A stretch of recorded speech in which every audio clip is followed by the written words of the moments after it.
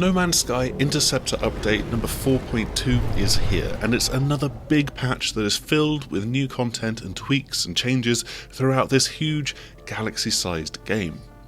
There's new Interceptor ships to earn and upgrade. I mean, they're in the title really, aren't they? And you can now take on Sentinel capital ships and destroy them if you're good enough. There's new corrupted planets and corrupted Sentinels and more. But for PlayStation VR2 owners, the most interesting bullet point in all of the patch notes promised a significant improvement to image quality in PSVR2. So, just how big a leap forward is the Intercept update for PlayStation VR2? Well look, I'll not waste too much time here. This is not the big sweeping improvement that many people will have been hoping for, and there's still some of the fundamental weaknesses that could feel like it's letting it down. Stick with us as we look at a few key areas. Now, as always for VR games, this video comes with the big caveat that it's pretty much impossible to get across the real look and feel of a game in VR when doing so on a flat screen. This has all been captured from the PlayStation 5's standard HDMI output and at 1080p, and in the case of No Man's Sky, I previously felt that the flat screen view gave a much better impression of what you were seeing than actually playing it and experiencing it in VR. The other factor here is that this is my personal impressions. I'm having to compare to my memories of what playing pre-patch were like, and then with the flat screen footage side by side. So with all of these caveats in place, I don't feel that there's been a particularly noticeable step up in terms of resolution. There might well be a bump, and I do feel that the UI is a little bit better defined, but as soon as you're looking off into the distance, which you do an awful lot in this game, there's the same noticeable resolution deficit compared to what some other PlayStation VR2 games can achieve. It is often fuzzy with aliased edges that shift much more quickly because of head tracking and the natural judder of a person's head, and so it feels blurry and a little bit indistinct and undefined. Not only that, but I actually feel that the loading pop-in might be slightly more pronounced and closer to the player post-patch.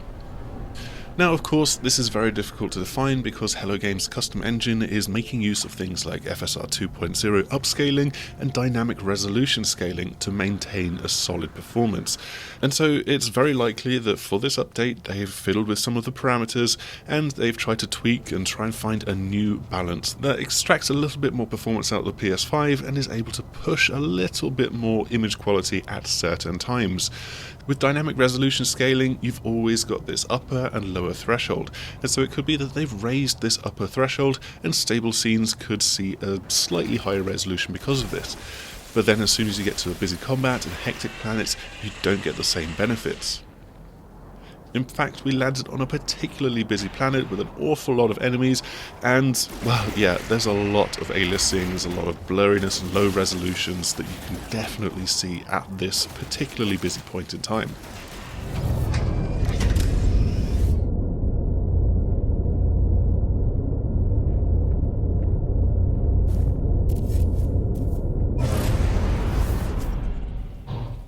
Another thing that VR users are very keen to see is the use of eye tracking for foveated rendering, and in this instance I cannot see this as having been implemented. This would definitely have been a full-on solo bullet point all in its own right. This one key technique feels like it could be a real lifeline if Hello Games are able to implement it for No Man's Sky, as it allows games to render at a higher resolution for the point where the player is looking, and then lower resolution in their peripheral vision. So you get the effect of 4K while the game isn't having to push anywhere near as hard for 4K across the board. So all in all, visually, it's perhaps a slight incremental step forward, but again, it's not that sweeping improvement that people were expecting when you hear the phrase significant improvements. There have been some other tweaks and changes in VR though, so the hand menus, the quick menus that are on your wrist, they can now be adjusted and moved to different trigger points on your hand and wrist. In practice, I don't think I managed to get this to work for me. The setting is there for you to turn off if you want to, so you can default to what it was like before, but also getting the quick menus to appear was a little bit less reliable in my relatively brief hands-on time in the game for this video.